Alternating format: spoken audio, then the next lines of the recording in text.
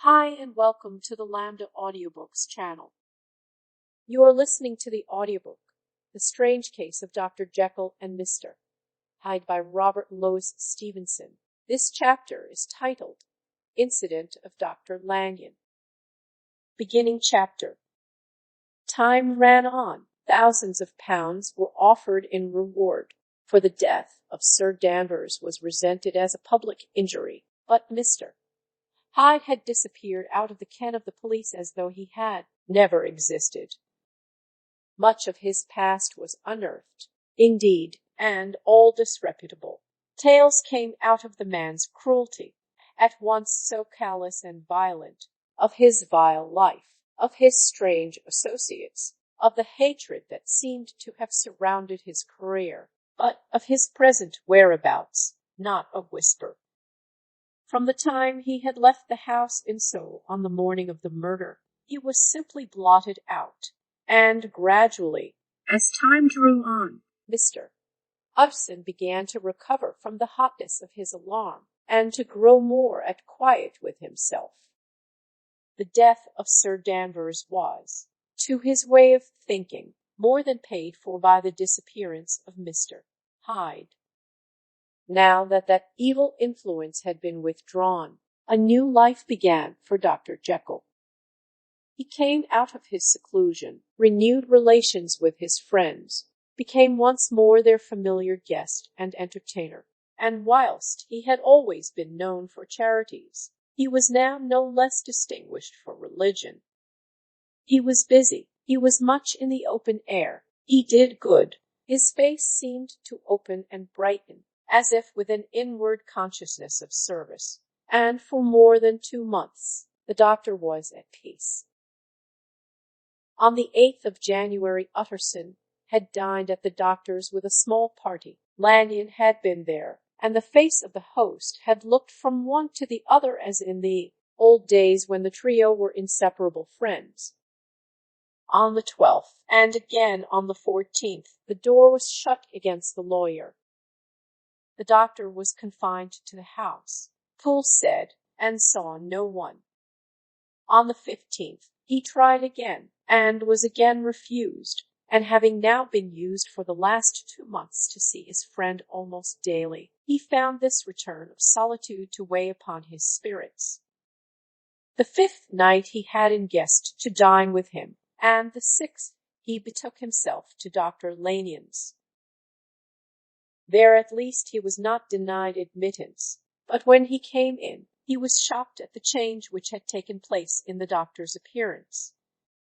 He had his death warrant written legibly upon his face.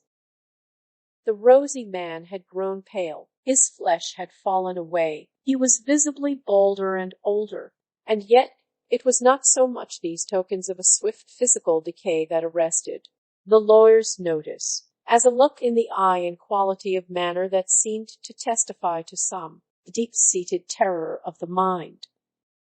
It was unlikely that the doctor should fear death, and yet that was what Utterson was tempted to suspect. Yes, he thought.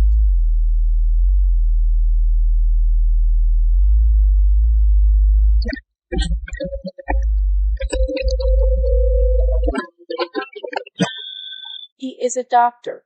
He must know his own state, and that his days are counted, and the knowledge is more than he can bear. And yet when Utterson remarked on his ill looks, it was with an air of great firmness that Lanyon declared himself a doomed man. "I have had a shock," he said, "and I shall never recover. It is a question of weeks. Well, life has been pleasant. I liked it. Yes, sir, I used to like it. I sometimes think if we knew all, we should be more glad to get away." "Jekyll is ill, too," observed Utterson. "Have you seen him?" But Lanyon's face changed, and he held up a trembling hand. "I wish to see or hear no more of Dr. Jekyll," he said in a loud and steady voice. "I am quite done with that person, and I beg that you will spare me any allusion to one whom I regard as dead." "Tut, tut," said Mr. Utterson, and then, after a considerable pause, "Can't I do anything?" he inquired. "We are three very old friends, Lanyon."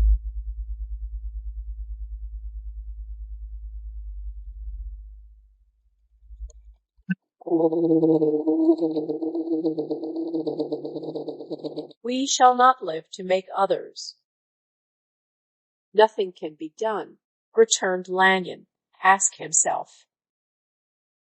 "He will not see me," said the lawyer. "I am not surprised at that," was the reply. "Some day."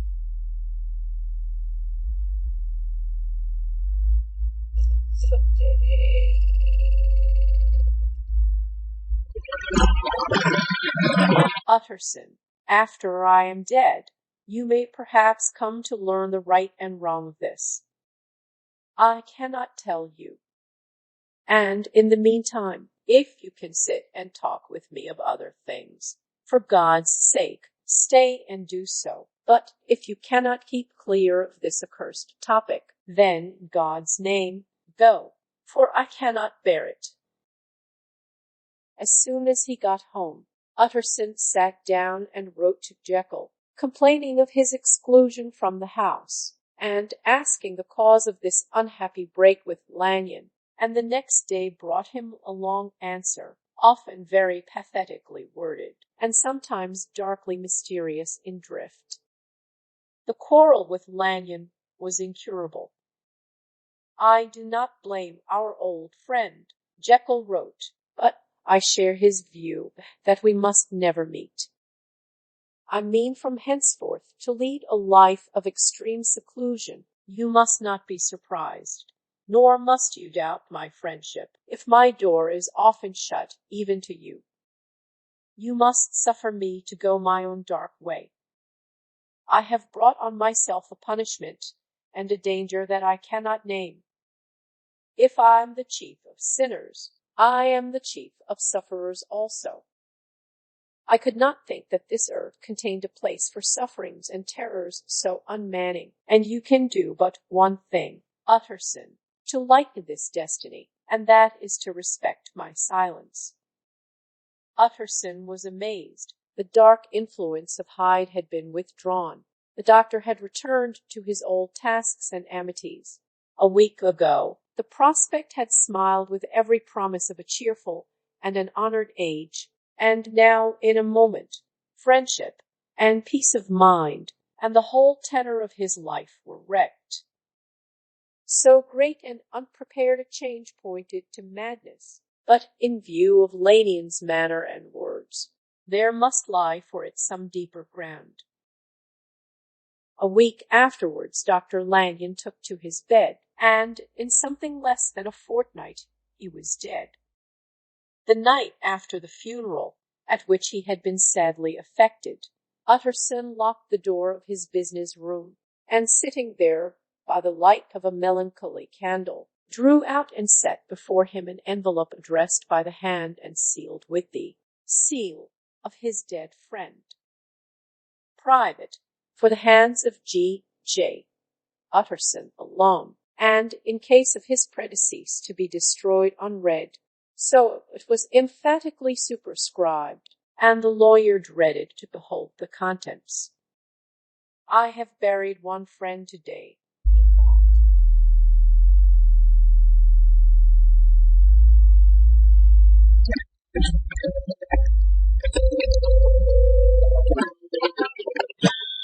What if this should cost me another?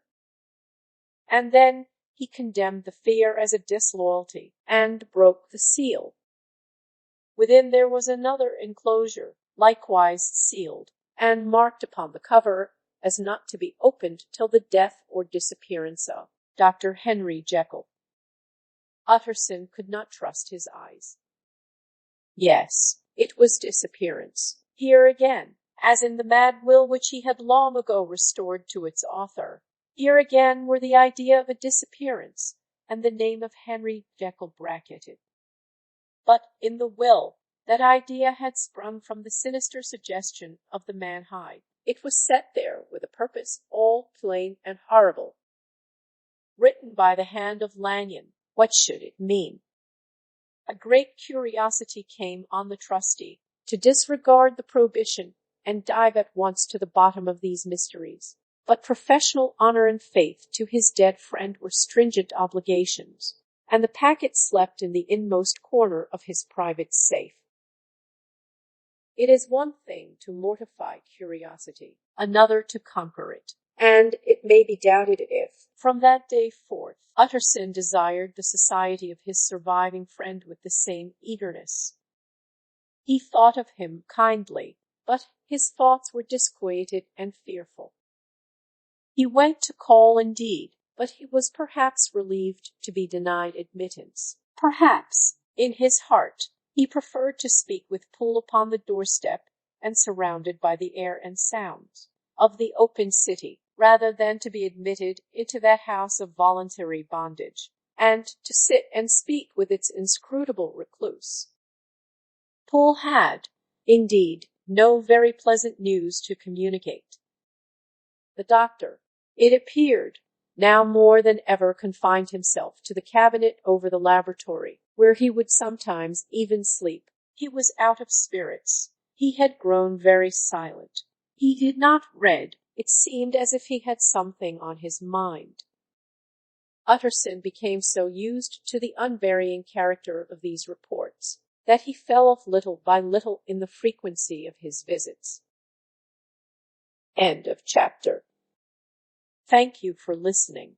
If you enjoyed this video, please hit the like button. If you are interested in hearing more audiobooks, subscribe and turn on the notifications to get fresh daily audiobook chapters from Lambda Audiobooks.